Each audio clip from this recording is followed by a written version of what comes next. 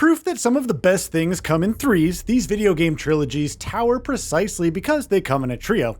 Their first entries establish a framework, with subsequent entries embellishing mechanics, expanding stories, or introducing new settings or characters before wrapping everything up in a triumphant finale.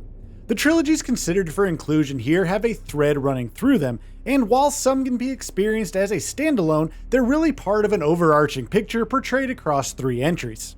Consider yourself reinstated, Commander. You know what you have to do. Jak and Daxter Trilogy. To break away from the linear storytelling in prior triumvirate Crash Bandicoot, Naughty Dog developed a new graphics engine capable of rendering seamlessly connected open environments rife for joyful exploration for their Jak and Daxter Trilogy. Ostensibly a third-person action platformer, the series also featured excellent combat and movement mechanics underpinned by the ecosystem, a substance that can dramatically enhance player abilities, movesets which became increasingly complex and satisfying as the trilogy progressed. Dead Space Trilogy. Who'd have imagined the cosmic horrors inside the USG Ishimura when you board as Isaac Clarke in Dead Space? Gamers were ready for more genre-defining third-person action horror, and Dead Space and its sequels delivered by the bucket load.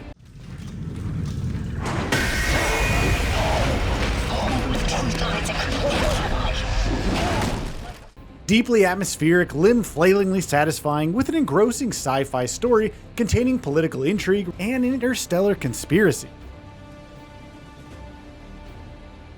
Sonic the Hedgehog 1-3. Sonic & Knuckles came after Sonic 3, but seeing as they were originally intended to be one and the same, we can look at these first entries in Sonic's canon as a trilogy, and what a trilogy that it is. Sega's blue mascot was the antithesis to Nintendo's Mario, delivering mind-melting speed, elaborate level design, and wonderfully detailed worlds. These platforming forebears have aged incredibly well.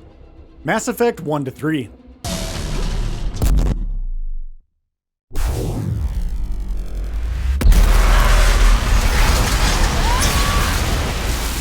BioWare's operatic saga Mass Effect represents the pinnacle of video game storytelling.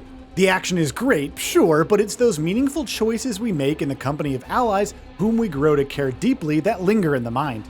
Individual stories are just as important as the fight against insurmountable odds to save the galaxy. The pacing of their overarching story throughout the trilogy deserves praise too, with the central conflict taking unprecedented and unexpected turns before remarkably resolving come the end of the 3rd game. God of War 1-3.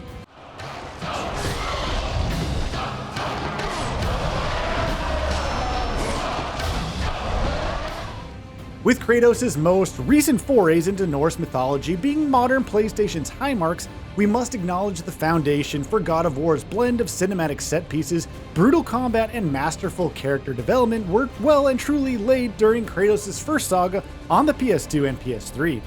Battling humongous foes, scaling ancient megastructures, God of War 1-3 presented action in unprecedented size and scale. They're rightly remembered as some of the greatest action-adventure games for this reason. Batman Arkham series. WB Games Montreal's Arkham Origins is a decent entry, but we're focusing solely on Rocksteady's Arkham games here, encompassing Arkham Asylum, City, and Night. Enrapturing, free-flowing combat with engrossing stealth and detective work, the Batman Arkham trilogy raised the bar for video game comic adaptations. But cementing this series' legacy is how faithful Rocksteady were to the source material. Rex, what's it like working for Ted? Is that supposed to hurt? Both gameplay and narrative demonstrate a deep understanding of Batman's steely resilience and the inspiration he gives us. Halo Reclaimer Saga. Yes, we're talking specifically about the first 3 Halo games, and whilst Master Chief's arc continued into Halo 4, we can still consider the initial trio as standalone, seeing as the central conflict is largely resolved. Halo Combat Evolved put the Xbox on the map, an ambitious FPS, fantastic enemy AI, evocative environments, phenomenal sound design.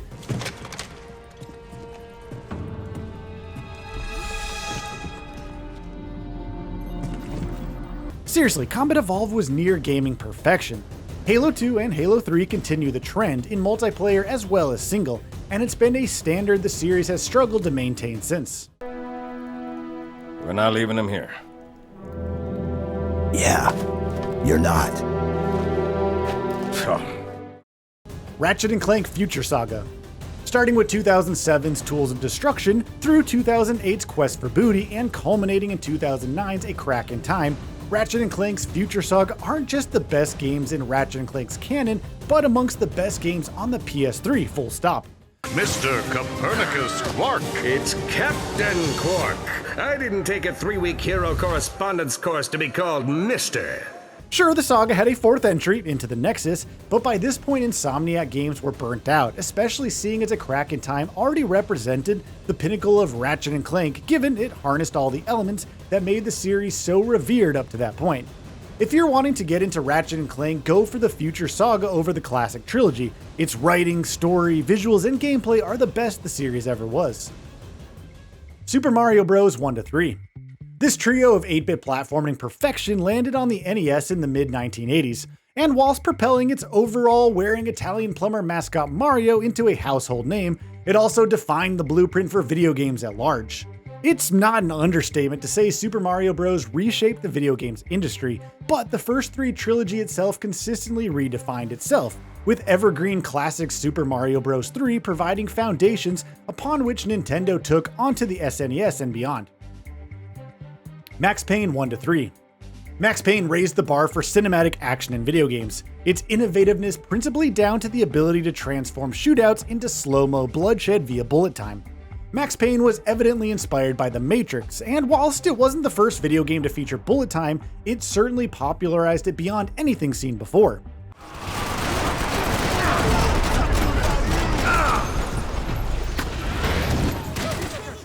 The series' timelessness is underlined by a superb character arc for its eponymous hero too, and whilst the trilogy took a slight dip in the middle, it culminated into the incredible Max Payne 3, a title where Max finally resolves after years of toil.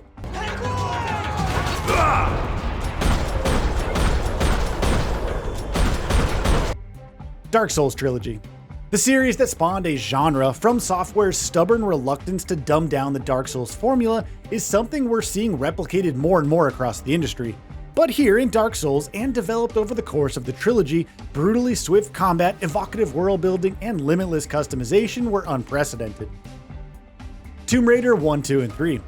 Lara Croft is a cultural phenomenon, and her impact on the mid-90s zeitgeist following the release of Tomb Raider 1, 2, and 3 cannot be understated. Here was a strong, smart woman traveling the world, intrepidly exploring ancient ruins and pillaging ancient artifacts. Tomb Raider demanded smartness on behalf of players too, with challenging puzzles, sometimes spanning multiple rooms akin to Egyptian tombs, frequently encountered alongside evocative exploration through realms portrayed via revolutionary graphics. Crash Bandicoot 1-3.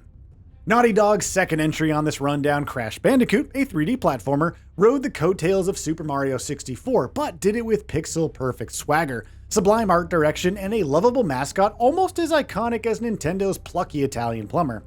Subsequent sequels, Cortex Strikes Back and Warped, introduced more mechanics and more challenging boss battles, but the core personality remained intact throughout. Crash Bandicoot is an icon of mid-90s PlayStation and well worth reliving via the excellent remastered Insane trilogy. Gears of War 1-3. Whilst technically not a trilogy, the first 3 games in Microsoft's storied Gears franchise focus so heavily on Marcus and his battle against the Locust Horde that they can be considered a self-contained trio. Gears of War is a genre-defining cover-based third-person shooter with a surprising amount of narrative depth. Its gunplay was its strength, with developer doing little to embellish the already winning formula throughout the course of these first 3 games. Resistance Fall of Man 2 and 3. And like Naughty Dog, Insomniac Games gets another trilogy onto this rundown, with the first 3 Resistant games. Set within an alternate history 1950s across the UK and USA, Resistance introduced us to the beguiling alien threat Chimera. Its cocktail of super satisfying gunplay mixed with conventional and futuristic weaponry in a nod to Insomniac's work on Ratchet & Clank, Resistance was amongst the best FPS titles on the PlayStation 3. Insomniac have moved on to other games, but surely there's appetite out there for a Resistance reboot. So what are your thoughts on this? Go ahead and share them in the comments below. And if you like this video, please subscribe to the channel and enable all notifications by clicking the bell icon to get new video updates. We upload every day and would really appreciate your support. Thanks for watching.